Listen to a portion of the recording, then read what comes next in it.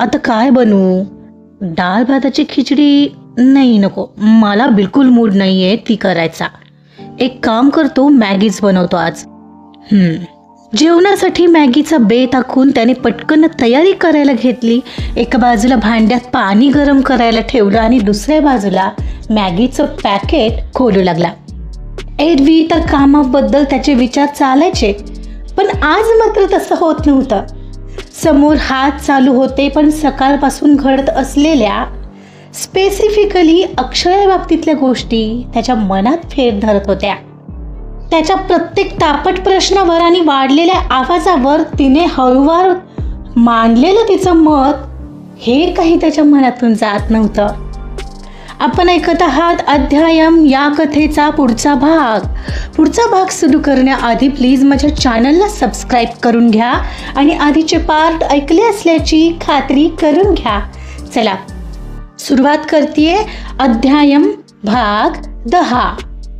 अक्षयाशी बोलून अर्जुन त्याच्या केबिनमध्ये आला. येताच स्वतःच्या जागेवर बसत समोर असलेलं पाणी घटाघट प्यायला. काय माहित का ती बोलत होती ते कुठंतरी त्याच्या मनाला पटत होतं, कळत होतं, पण वळत मात्र नव्हतं. आधीच त्या कस्टमरने त्याचा पारा चढवलेला आणि आता त्याला ब्लॉक केल्यानंतर तरी त्याचे हे धंदे बंद होतील असं त्याला वाटत होतं. तात्पुरता तोडगा मिळालाय ना, ठीक आहे, पुढं पाहू असा विचार करत तो समोर हातात असलेली फाईल नुसतं चाळत होता. पण आपल्याला तिची प्रत्येक गोष्ट लगेचच का पटते हे काही त्याला कळेना झालेलं. खरं तर दिवसभरात घडलेल्या घटनापासून तो काही अनभिज्ञ नव्हता. सकाळी तिच्या जॉईनिंग नंतर तिलाच कामासाठी बडबड केल्यानंतर तेव्हाही तिने त्याला गोड भाषेत तिची चूक नसल्याचं समजावलं होतं. त्यानंतरही जेव्हा ती ॲड दाखवायला आली तेव्हाही किशोरचा राग तिच्यावर निघालेला. खरं तर तिचा काहीही दोष नसताना आणि आता सुद्धा तिचा मुद्दा तिनं प्रभावीपणे मांडला होता. ती सांगते तसं तिला हाताळू द्यायला हवी होती का ती कॉमेंट, पण मागचा त्या कस्टमरचा अनुभव पाहता तसं करायला तिला परवानगी द्यायचं मन मात्र त्याला होत नव्हतं. त्याचा तोच विचार चालू होता एवढ्यात समोरचा लँडलाईन वाजला. हॅलो सर, बिलिंगचे टीम मेंबर मीटिंग रूममध्ये जमले आहेत. तुम्ही येताय ना मीटिंगसाठी? हो आलोच. म्हणत तो फोन ठेवून उठला आणि सरळ मीटिंग रूममध्ये जायला निघाला. हा बाबा बोला, मगाशी कॉल केला होता.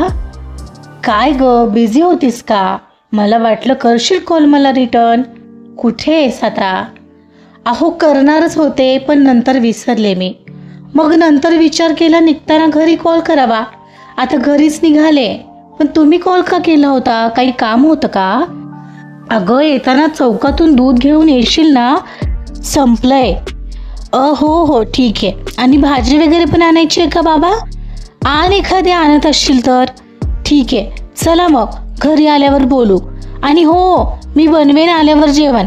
तुम्ही काही करत बसू नका हा बाबा. हो पण अक्षया जपून ये ग. आत्ताच कुठं नीट बरी झाली आहेस तेव्हा स्कूटी जपून चालव. हो बाबा तुम्ही काळजी करू नका, मी येईल व्यवस्थित. ठीक आहे ठेवते आता. म्हणत अक्षयाकडे फोन ठेवला. आलीस अक्षया? कसा होता आजचा पहिला दिवस? अक्षयानं घरात पाऊल ठेवलं होतं तोच बाबांनी तिला प्रश्न केला. बराच होता म्हणायचं. खूप कंटाळले बाबा आज. बरं काय बनवू भाजी बाबा? आता येताना वांगी आणलीत. भरलेली वांगी बनवू का? अगं कंटाळली आहेस म्हणतेस ना, मग बस की जरा. अहो बसून मग स्वयंपाक कधी करणार? ते काही नाही, मी आले फ्रेश होऊन आणि लगेच लागते स्वयंपाकाला. अगं बरं जा, तू आधी फ्रेश होऊन ये. हो आलेच.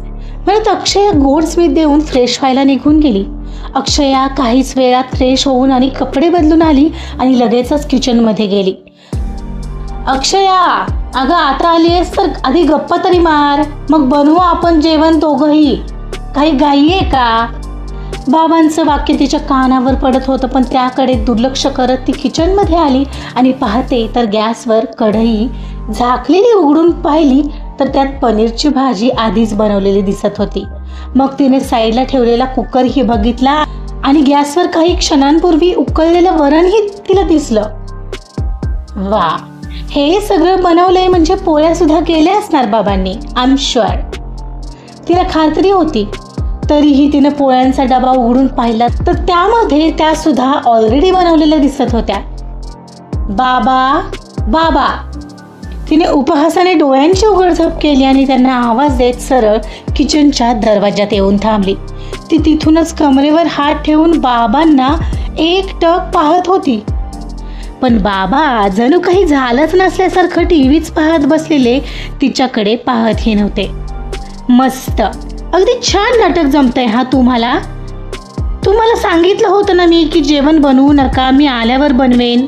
ती रागाने बडबड करत तरा येऊन त्यांच्या बाजूला बसली. हो का, तू म्हणाली होतीस का असं? अगं मी ऐकलंच नाही. ओ, ऐकलं नाही का? बाबा काय हे, असं नका करत जाऊ. तुम्हाला सांगते, मला असं लेझी बनवण्यामागे फक्त तुमचा हात असेल. हा हो, असू दे ना मग. ठीक आहे, बरं आज मी बनवला, उद्या तू बनव, मग तर झालं. बाबा मी चिडले तुमच्यावर, तुम्हाला काहीच वाटत नाहीये ना?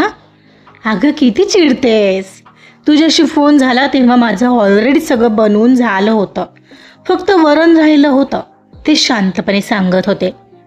खोटं, 6 वाजता तुम्ही स्वयंपाक करून ठेवलाय बाबा.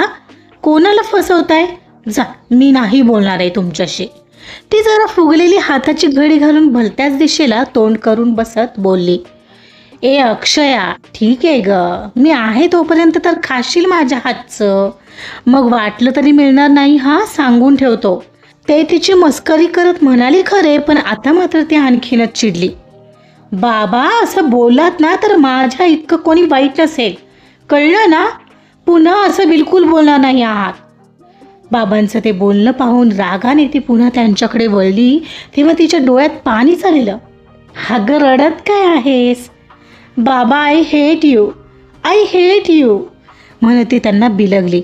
ए अक्षया, लहान आहेस का ग आता? बरं चल, मला खूप भूक लागली आहे, चल जेवायला जाऊ.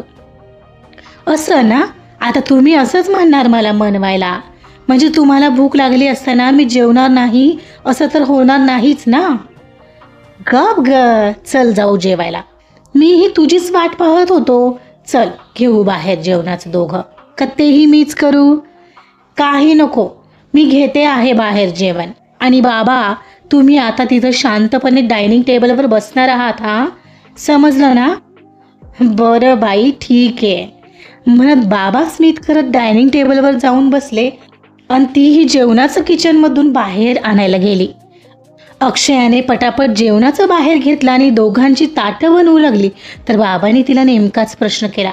आणि काय ग अक्षया, मग अशी विचारलं मी तुला कसा दिवस गेला आजचा, तर बराच गेला असं का म्हणालीस? मग काय तर बाबा, आमच्या या ऑफिसमधले जे बॉस आहेत ना, ते म्हणजे जे मेन ओनर आहेत ते फारच कडक आहेत, प्रचंड रागीट, आणि जरा जरी चूक झाली ना तर सरळ लोकांना घरी पाठवून देतात. अरे बापरे, मग अवघडच आहे. हो तर, अहो मलाही सोडलं नाही त्यांनी आज, मलाही बडबड केली. मी आजच जॉईन केलं होतं तरीसुद्धा. आणि यु नो व्हॉट बाबा, आणि योगायोगानं हे बॉस म्हणजे तेच माणूस आहेत जे मला त्या दिवशी इंटरव्ह्यूला गेल्यावर धडकले होते. ती डोक्यावर हात मारून सांगत म्हणाली. अरे बापरे, काय सांगतेस? मग त्याने ओळखलं असेल ना तुला, का म्हणूनच तुला डाफरलं? नाही हो, थँक गॉड नाही ओळखलं त्यांनी मला. त्या दिवशी माझा चेहरा बांधला होता ना रुमालाने. पण बाबा मला एक कळत नाही, त्यांच्या या चिडचिड्या स्वभावामुळे त्यांचा डिवोर्स झाला असेल का त्यांचा डिवोर्स झाला आहे म्हणून ते असे चिडचिडे झाले असतील. ती त्यांचं ताट त्यांच्यासमोर देऊन तिच्या जागेवर बसत म्हणाली. काय ग अक्षू, तू काय एवढा विचार करतेस त्यांचा? असंच हो, तुम्ही उगाच नको तो विचार करू नका हा लगेचच. आणि तसंही माझ्या मनातला इमॅजिनरी लाईफ पार्टनर जो खऱ्या आयुष्यात कधीच नसणार आहे, हा तर अजिबातच नाही, अगदी दूर दूरपर्यंत नाही. जो छोट्या छोट्या गोष्टींवर सुद्धा इतक्या मोठ्या आवाजात बोलतो की सगळ्या ऑफिसला समजतं की नक्की कुणाला तरी पडली आहे. सो प्लीज आता मला सुखाने जेवू द्या, ती हसत म्हणाली. ठीक आहे, जेव जेव, आरामात जेव, काही घाई नाही बघ. हो. बाबा, पनीर मस्त झालंय, ऑसम, ती पहिला घास खाताच म्हणाली आणि अचानक तिनेच पुन्हा तोच विषय सुरू केला. माहितीये बाबा, आधी मला वाटलं बापरे, अशा माणसाला त्याच्या घरातले लोक कसे काय झेलत असतील, बट मला नंतर कळालं आज त्यांचा त्यांच्या बायकोसोबत डिवोर्स झालाय आणि घरात आई वडील सुद्धा नाही आहेत. तसंही असा स्वभाव पाहिल्यावर कोण करेल म्हणा त्यांच्याशी लग्न. बरोबर आहे, पण तरीही माणूस हुशार आहे. मला खूप आवडले ते. त्यांच्या कंपनीच्या सर्व्हिसबाबत खूप जागरूक आहेत. प्रत्येक ट्रिपनंतर ते लोकांचा रिव्ह्यू मागून घेतात. ग्रेट आहे, हो ना. पण त्यांच्याबद्दल ऐकून त्या क्षणाला अगदी बिचारे वाटले मला ते. अक्षया एकटीच पहिल्यांदा अशी कोणाविषयी तरी भरभरून बोलत होती आणि ते बाबांच्याही लक्षात आलेलं, म्हणून तर ते तिला फक्त होला हो करत होते. पण ते मात्र आता तिला टोकणार नव्हते, ते फक्त तिला ऐकून घेत होते. पण यावेळी नक्कीच तिच्या बोलण्यातून त्या व्यक्तीबाबत जाणून घेण्याची उत्सुकता दिसत होती. जर खरंच असं काही झालं तर. पण हा व्यक्ती तर डिवोर्स झालेला आहे, असा विचार नको करायला. नाही, असं काही नाही होणार. हा काय विचार करतोय मी, बाबा स्वतःला समजावत होते. त्या रात्री त्याचं काम संपून अर्जुन सुद्धा घरी पोहोचलेला, फ्रेश झाला आणि जेवणासाठी काहीतरी बनवावं लागेल या विचाराने किचनमध्ये आला. खरं तर रोज बाहेर खाणं त्यालाही कंटाळवाणे झालेलं. आता काय बनवू, डाळ भाताची खिचडी? नाही, नको, मला बिलकुल मूड नाही ती करायचा. एक काम करतो, मॅगीच बनवतो आज. जेवणासाठी मॅगीचा बेत आखून त्याने पटकन तयारी करायला घेतली. एका बाजूला भांड्यात पाणी गरम करायला ठेवलं आणि दुसऱ्या बाजूला मॅगीचं पॅकेट खोलू लागला. एरवी तर कामाबद्दलच त्याचे विचार चालायचे, पण आज मात्र तसं होत नव्हतं. समोर हात चालू होते, पण सकाळपासून घडत असलेल्या स्पेसिफिकली अक्षयाबाबतीतल्या गोष्टी त्याच्या मनात फेर धरत होत्या.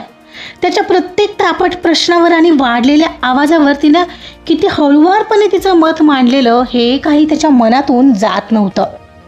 तिची अशी शांतपणे आपली बाजू मांडण्याची ती कला त्याच्या मनाला कुठेतरी स्पर्शून गेलेली आणि जिनं तिच्याबद्दल त्याच्या मनात थोडी उत्सुकताही निर्माण केली होती. पहिल्यांदा खूप दिवसांनी अलवार मनाच्या कोपऱ्यात कामाऐवजी भलत्याच कोणी प्रवेश केलेला. तो आज चक्क अक्षयाचा विचार करत होता. ही आज जॉईन झालेली अक्षया काहीतरी वेगळी वाटत आहे. शांतपणे आपला मुद्दा समोरच्याला कसं सांगायचा हे बरोबर कळतं तिला. हो, हे काहीतरी वेगळं आहे तिच्यात. अशी मुलगी हवी आयुष्यात, नाहीतर स्नेहा. याच्या अगदी विरुद्ध. समोरचा व्यक्ती चिडला असेल तर त्याला आणखीन चीड आणून सोडेल. छे, पण मी तिचा का विचार करतोय असा. शी इज जस्ट अन एम्प्लॉई. हो, आणि काय माहिती खरंच अशी असेल का? कदाचित नसेल ही. काय सांगावं, कदाचित तिला जॉब गरजेचा असेल आणि म्हणून ती माझ्या चिडण्यावरही अशा प्रकारे रिॲक्ट झाली असेल तर. असो, मी का विचार करतोय? मला नाही विचार करायचा कोणाचा. माझा मी एकटा भला आहे. स्वतःलाच म्हणत त्याने तिच्याबद्दलचा विचार मनातून झटकला. एव्हाना मॅगीसाठी ठेवलेलं पाणी उकळू लागलेलं, त्याने त्याच्यामध्ये मॅगी मसाला टाकला आणि त्याच्या पाठोपाठ मॅगी टाकली. शिजायला आणखीन 2-3 मिनिट तर लागतीलच. मॅगीवर झाकण ठेवत तो स्वतःलाच म्हणाला, मॅगीला शिजायला वेळ आणि नात्यांना मुरायला वेळ तर लागतोच. Arjun the philosopher. वा, हे मस्त वाक्य जमलंय मला. हो, पण फक्त योग्य ती व्यक्ती आयुष्यात यायला हवी, जी माझ्या नशिबात असू शकत नाही. नात्यांच्या बाबतीत मी नेहमीच कमनशिबी राहिलोय. या विचाराने त्याच्या गालाचा कोपरा थोडा नाखुशीनेच वर दुमडला गेला होता. आजचा भाग इथंच संपलेला आहे. दोघंही एकमेकांचा विचार करत आहेत. खरंच दोघं एकमेकांच्या प्रेमात पडतील आणि एकमेकांना तसं बोलतील का? बघूया काय होतंय पुढील काही भागामध्ये. ऐकत रहा अध्यायम. कथा आवडत असेल तर प्लीज लाईक करा, सबस्क्राईब करा आणि शेअरसुद्धा करा. Thank you so much.